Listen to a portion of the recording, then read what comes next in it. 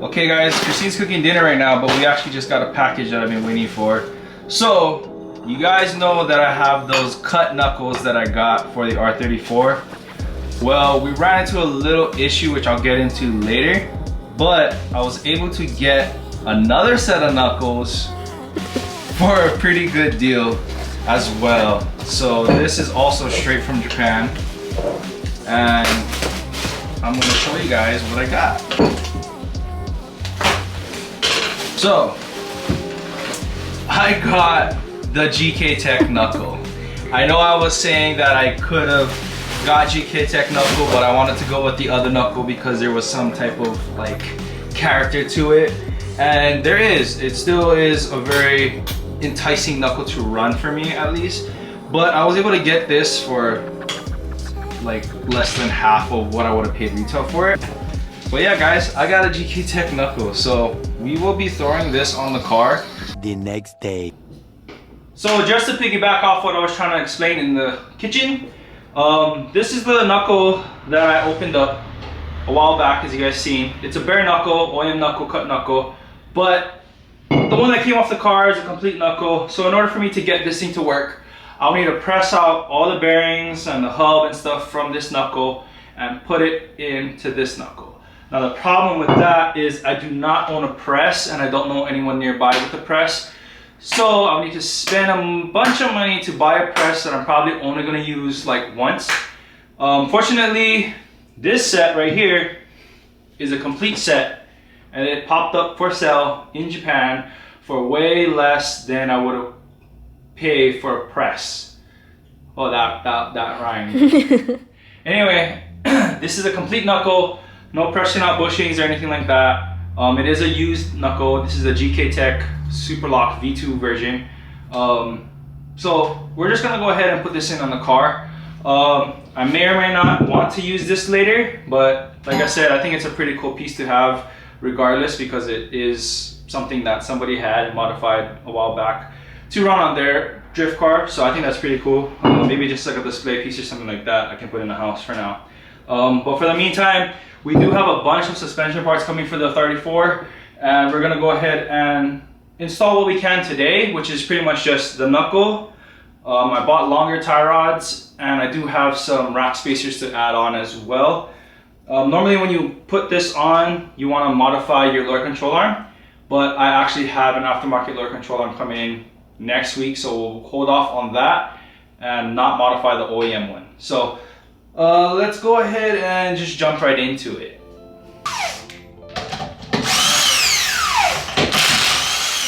Oh, these things are not even tight. Oh, did you tighten them? No, I didn't. So this is a simple process. We're going to start with the tie rod because that's the easiest point. Can you see? I think so. If I add a light for you. If possible. Do you want to do it? Do I want to do it? What are you going to do? Take this, let me show you how to take it off. Take everything apart. Okay. Taking off the tie rods, because they're like a ball joint, you always want to tap the knuckle from the side first. Like this? Yeah.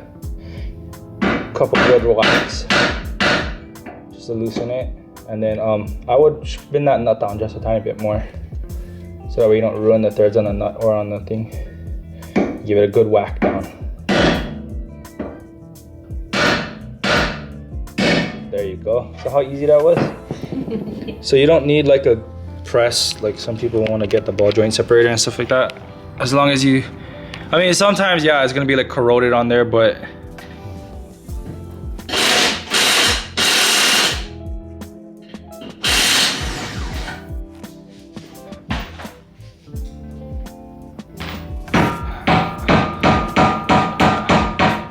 yeah, you just gotta work around.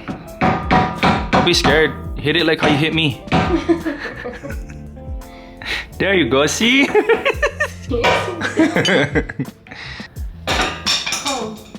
Yay! That? Look at that! What is this? That's grease. Oh. Oh, peep the technique, peep the technique. Oh, it's on there, huh? No. No? Nah, it probably is. No. You're gonna whack my car.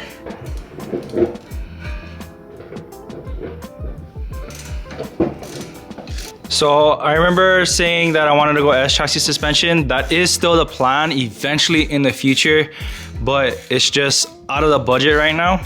So we're gonna go ahead and run the knuckles that I bought. But the reason why is because this suspension geometry is kind of crazy. The S chassis suspension is a lot more simple.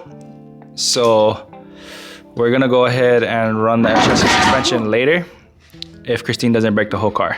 I didn't know that it just comes off. No, that's fine. Just leave it like that. Okay. Now we gotta take off that ball joint at the bottom. Okay. I mean, if we do the S chassis suspension, we would have to cut out the strut towers and weld in some new plates and stuff like that for the S chassis top hats. But that's not really something I want to do right now. I kind of just want to get the car going.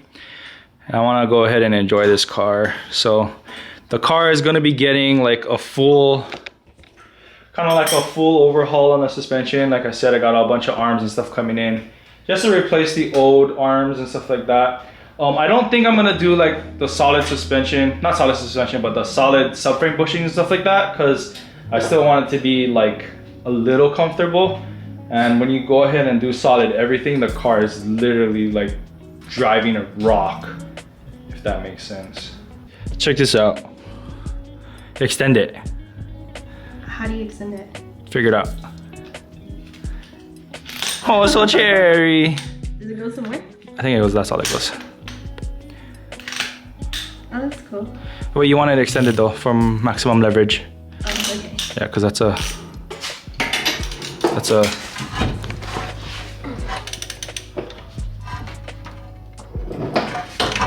Oh, you're so strong! Sora!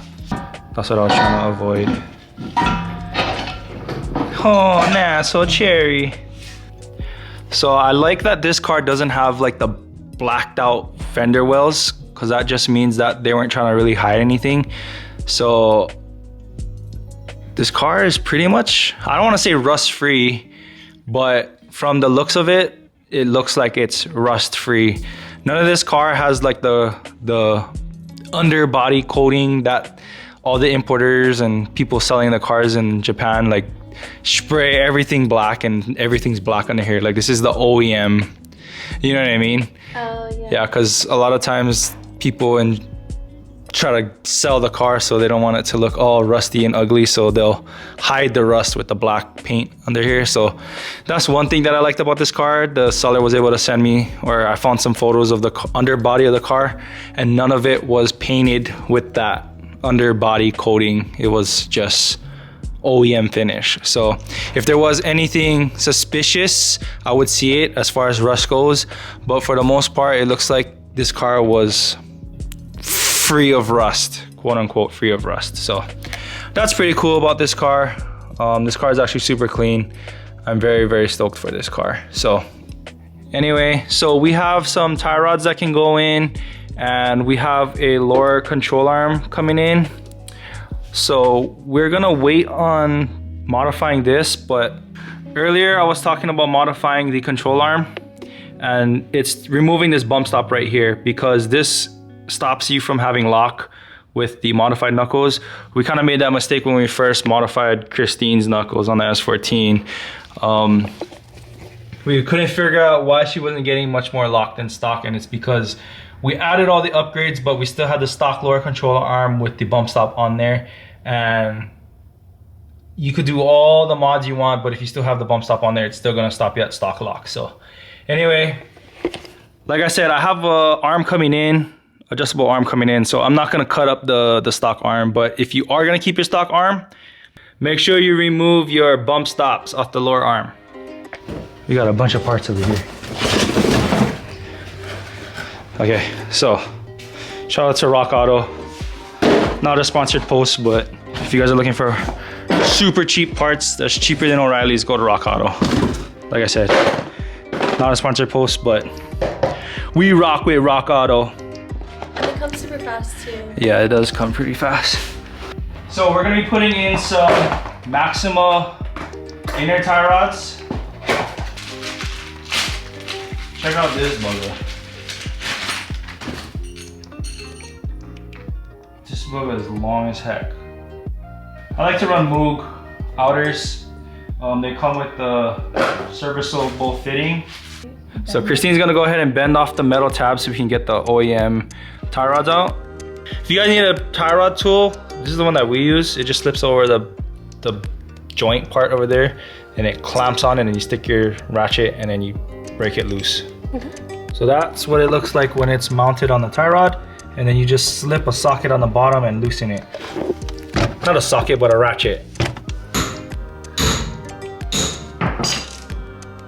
Wow, you did it. So now we're gonna throw on the rack spacer. This is a different style than just a slip-on rack spacer. This comes with one end that's a slip-on, and then this end is a threaded side. So if you have a JDM car, right-hand drive car, this will go on your passenger side, and the slip-on spacer will go on the driver side. But if you have a left-hand drive, this will go on the opposite side. So yeah.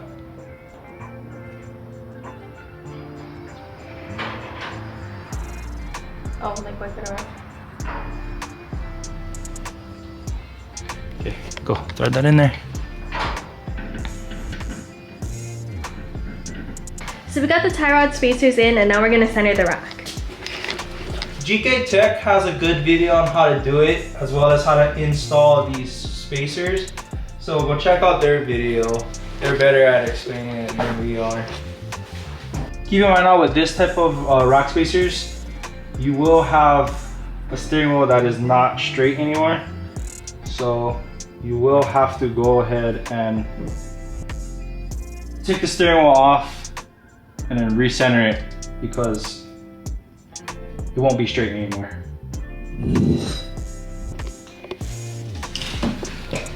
So here we go, guys. All we gotta do is add this knuckle. How much more angle do you get? Huh? How much more angle do you get with this? Maybe like 100. I think I said like 65 or 70. Percent? Or what, like degrees more angle? Oh, Or wow. degrees of angle?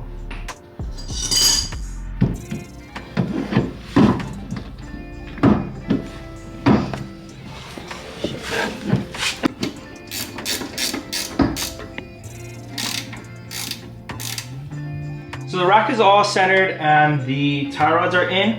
If you guys see, the tie rod is supposed to like stay. So if you guys have bad tie rods, switch them out. Anyway, we also got the knuckle installed. Pretty simple, just a reverse of how you take it off. Just the nut on the bottom and the nut on the top. Unfortunately, this is where the video is going to end, because I don't want to put everything back on, because I literally have to take it all back off to replace this lower control arm once my IKEA Formula ones come in. So we're gonna go ahead and stop the install here and continue once we get the lower control arms. The reason being is because the tie rod is just a tiny bit too long, because I ordered the longer ones to compensate for my lower control arms, which will be extended as well. So in the meantime, if I do end up putting these tie rods on, it'll be towed in. It'll be towed in because the tie rods are way too long. So once I get the lower control arms that are extended, it'll push this out a bit more, which will then compensate for the longer tie rods, and I can get the wheels to be centered. So ideally, I'm gonna wait. I don't wanna cut tie rods and then get it to work for this placement when it's gonna be longer. You guys understand what I'm trying to say. Anyway, that's gonna be it for this video, guys. Thank you guys so much for watching. Thank you guys so much for all the support you guys show here on the channel. We do wanna let you guys know that we see every single comment. We do try to respond to every single one. And we really do appreciate you guys taking out the time of your day to watch the videos and comment, like, and subscribe. So thank you guys so much again, and we'll catch you guys in the next one. Peace out and stay good.